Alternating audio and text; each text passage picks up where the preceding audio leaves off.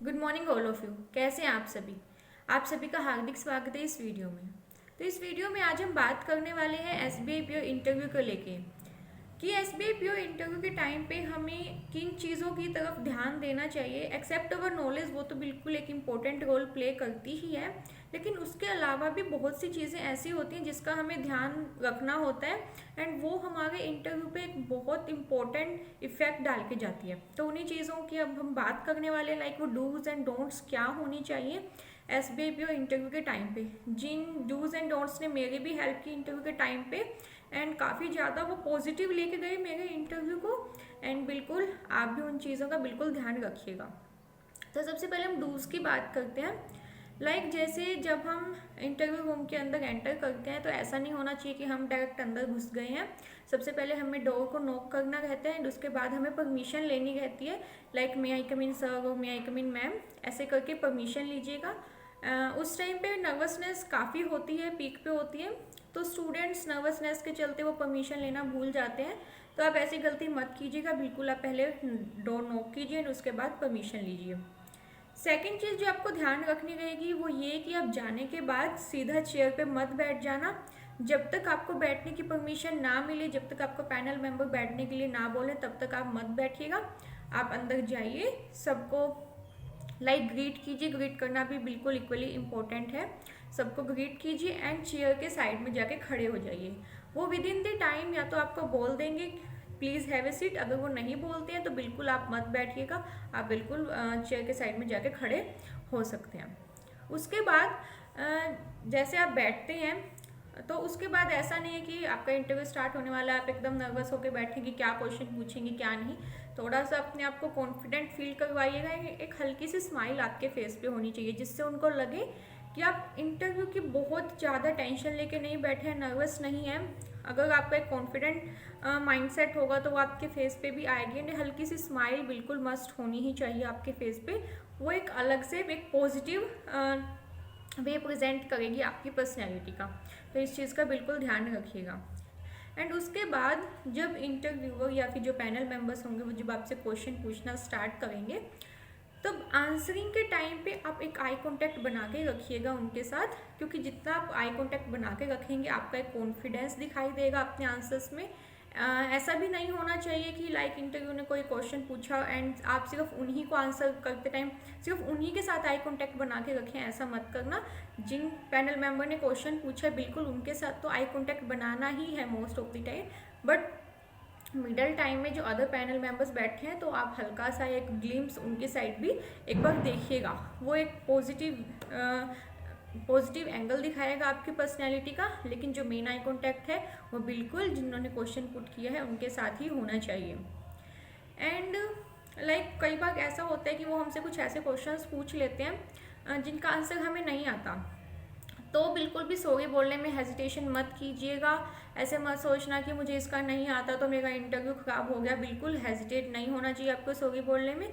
Simply बोल दीजिए sir sorry, I am not aware about this but surely I learn about this after this interview. तो ऐसा sorry बोलने में कुछ भी हिचक नहीं होनी चाहिए आपको, क्योंकि अगर आप वहाँ पे अटके एंड आपका एक बार वो कॉन्फिडेंस चला गया तो आपका पूरा इंटरव्यू खराब चला जाएगा। तो आप इस चीज़ का भी बिल्कुल ध्यान रखिएगा। एंड उसके बाद जैसे भी आप बैठे हैं, जैसे ऐसा नहीं होना चाहिए कि आप चेयर पे जाके बिल्कुल एकदम ऐसे रिलैक्स होके बैठ गए, नहीं, थोड़ा सा फॉर्मल एटीट्यूड रखिएगा, अपना पोस्चर अच्छा रखिएगा ताकि उनको लगे कि हाँ कोई अच्छा स्टूडेंट आया है, एक फॉर्मल वे से बैठा है।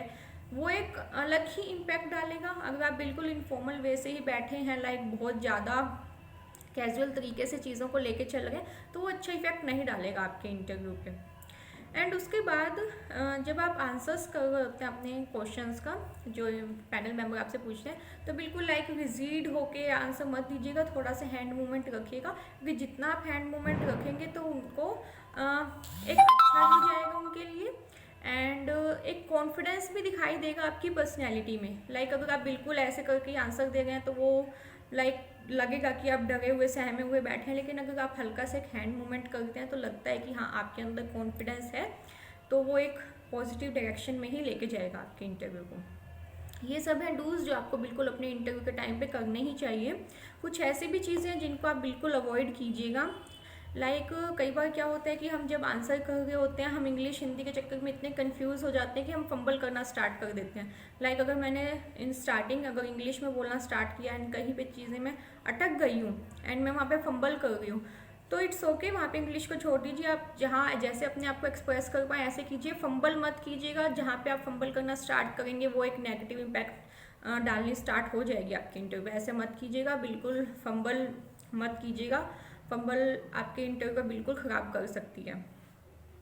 एंड उसके बाद पैनल मेंबर्स कई बार क्या करते हैं कि अपना पॉइंट ऑफ व्यू भी बीच में डालते हैं आंसर्स के, तो आप पैनल मेंबर से आर्ग्यू मत कीजिएगा। जो वो बात कह रहे हैं बिल्कुल उनको ध्यान से सुनिए। हर चीज़ पे उनसे कॉन्ट्राडिक्ट करना भी ठीक नहीं होगा, तो आर्ग्यूमेंट पैनल मेंबर से बिल्कुल मत करना, अदरवाइज वो आपको बिल्कुल स्कोरिंग के टाइम पे देखने को मिलेगा उसका रिजल्ट। तो पैनल मेंबर से आर्ग्यूमेंट नहीं करनी है। और उसके बाद अपने आंसर्स को लेके बहुत ज़्यादा रिजिड मत होना। अगर उन्होंने कोई चीज़ पूछी है एंड आपने उसका कोई आंसर दिया, अगर वो कोई सिचुएशन चेंज करते हैं या फिर दोबारा से आपसे सोचने के लिए बोलते हैं, तो आप विद इन द टाइम ऐसे मत बोल देना कि I am sure about this and जो भी चीज़ें, थोड़ा सा टाइम लीजिए। एंड अगर आपको लगता है कि आपको अपने आंसर्स में चेंज करना चाहिए तो बिल्कुल कीजिएगा, अपने आंसर्स पे रिजिड होके मत बैठ जाइएगा। एंड वन मोर थिंग, कई बार क्या होता है कि जो पैनल मेंबर्स होते हैं वो आपका पेशेंस लेवल भी चेक करते हैं, तो कुछ ना कुछ ऐसी चीज़ें आपको बोल देंगे कि मे बी जिनसे आपको थोड़ा गुस्सा आए या फिर थोड़ा सा आप इरिटेट हो जाए। तो वहाँ पे इंटरव्यू के टाइम पे ऐसी चीज़ें मत करना, काम रहना, पेशेंस लेवल अपना दिखाना। वहाँ पे कोई भी ऐसी गड़बड़ मत कर देना कि जिससे उनको लगे कि आपके अंदर पेशेंस नहीं है, क्योंकि बैंक में काम करने के लिए आप पेशेंस बिल्कुल होना चाहिए। कस्टमर्स डिफरेंट टाइप के कस्टमर्स आते हैं, बहुत रूड कस्टमर या फिर डिफरेंट टाइप के आपको कस्टमर्स देखने को मिलेंगे जहाँ पे आपको पेशेंटली उनको हैंडल करना होगा। तो बिल्कुल अपना पेशेंस पैनल मेंबर के सामने मत गंवाना। एंड कई बार स्टूडेंट्स क्या होता है कि वो जैसे कि मैंने पहले भी बोला कि सॉरी बोलने में हेजिटेशन नहीं होनी चाहिए, तो ऐसा भी नहीं होना चाहिए कि उन्होंने क्वेश्चन कुछ पूछा एंड हम सॉरी सर। ऐसा भी नहीं कि बहुत फ्रिक्वेंटली हम सॉरी ही बोलते जा रहे हैं, तो उनको ऐसा भी फील नहीं होना चाहिए कि आप सॉरी की ही प्रैक्टिस करके आए हैं कि हाँ कि मेरे को सॉरी कैसे बोलनी है, इसी चीज़ की आप प्रैक्टिस करके आए हैं। ऐसा मत बोलना। मे भी ऐसा हो सकता है कि आपको 2-3 क्वेश्चंस में लगातार सॉरी बोलनी पड़े, लेकिन उसका भी एक मैनर होना चाहिए। ऐसा नहीं जस्ट उन्होंने क्वेश्चन बोला, ठीक है आपको नहीं आता है, लेकिन फिर भी थोड़ा सा 5 से 10 सेकंड का पॉज लीजिए, सोचिए, उसके बाद सॉरी बोलिए। ऐसा नहीं कि उन्होंने कुछ बोला आपको नहीं आता एंड आपने डायरेक्टली सॉरी बोल दिया, वो दिखाएगा कि आपकी एक नेगेटिव पर्सनैलिटी है, जो नहीं आता वो सीधा आपने बोल दिया। ऐसा मत करना। सॉरी बहुत ज़्यादा फ्रिक्वेंटली मत बोलना, थोड़ा सा मैनर्स वाइज ही बोलना। एंड एक चीज़ और देखिए, हैंड मूवमेंट जैसे मैंने बोला कि थोड़े करने चाहिए। बहुत बार स्टूडेंट्स क्या करते हैं कि हैंड मूवमेंट्स करने हैं ऐसा सोच के वो बहुत ज़्यादा ही ऐसे हैंड मूवमेंट्स करते हैं जो बिल्कुल एक वो अननेसेसरी दिखाई देता है। एंड ऐसी गलती मत करना। जितनी नीड हो हैंड मूवमेंट्स करना, लेकिन बहुत ज़्यादा मत करना कि उनको लगे कि क्या ही मतलब एक एंटरटेनिंग टाइप से लगे, ऐसा भी नहीं लगना चाहिए। थोड़ा फॉर्मली पेश आना। जितना हैंड मूवमेंट्स की रिक्वायरमेंट है उतना ही करना, बहुत ज़्यादा करने की नीड नहीं है। एंड जैसे जब भी आपसे क्वेश्चन पूछे जाते हैं तो जितना आपसे पूछे जाए उतना ही आंसर दीजिएगा। बहुत ज़्यादा अपनी नॉलेज को ओवर शो करने की नीड नहीं है, क्योंकि जितना आप ओवर शो करोगे वो बहुत नॉलेजेबल पर्सन है। आपने जहाँ ओवर शो किया वो उसकी बिल्कुल डीप में जाएंगे, एंड इतना डीप में जाएंगे कि फिर शायद आप उसका आंसर भी ना कर पाएँ, एंड वहाँ पे जाके आप अपने ही पॉइंट्स पे फंस जाएंगे, तो वो बिल्कुल आपके इंटरव्यू को ख़राब कर देगा। तो नॉलेज को ओवर शो करने की कोई भी नीड नहीं है। जितना वो आपसे पूछे उनका ही रिप्लाई दीजिए, बहुत ज़्यादा अदर चीज़ों में मत जाइएगा। एंड सबसे इम्पोर्टेंट चीज़ अपना इंट्रोडक्शन बहुत अच्छे से प्रिपेयर करना।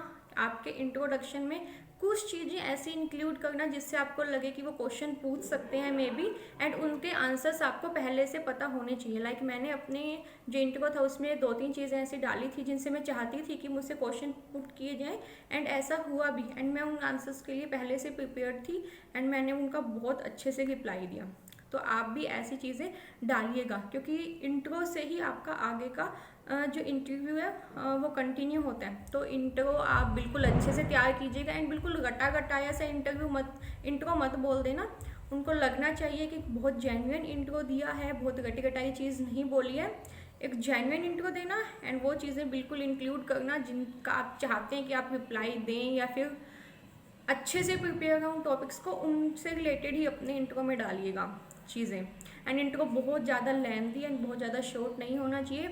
आप कौन हैं, कहाँ से बिलोंग करते हैं, आपने क्या स्टडी की है एंड अपनी फैमिली, इसके अलावा और कुछ भी चीज़ें इंक्लूड करने की नीड नहीं है। लाइक अगर आपकी कोई हैबिट है, आप चाहते हैं कि क्वेश्चन पुट किए जाए, जस्ट 1 लाइन, 1 लाइन से ज़्यादा अपनी हैबिट्स के बारे में कुछ भी बताने की नीड नहीं है। तो बस बहुत ज़्यादा छोटा या बहुत लेंथी आपका इंट्रो नहीं होना चाहिए। ये सब चीज़ें जिनका आपको बिल्कुल ध्यान रखना चाहिए इंटरव्यू के टाइम पे। अगर आप इनका ध्यान देते हैं तो बिल्कुल आपका इंटरव्यू पॉजिटिव डायरेक्शन में जाएगा। हाँ बिल्कुल, नॉलेज तो बिल्कुल एक इम्पोर्टेंट रोल प्ले करने ही वाली है आपके इंटरव्यू पे, लेकिन ये चीज़ें भी कहीं ना कहीं एक हद तक काफ़ी हेल्प करेंगी आपके मार्क्स को इंक्रीज़ करने में। तो बिल्कुल इन चीज़ों की प्रैक्टिस कीजिए एंड बिल्कुल अपने इंटरव्यू की बहुत अच्छे से प्रिपरेशन कीजिए। So all the best for your interview and thank you so much for watching the video. Thank you so much.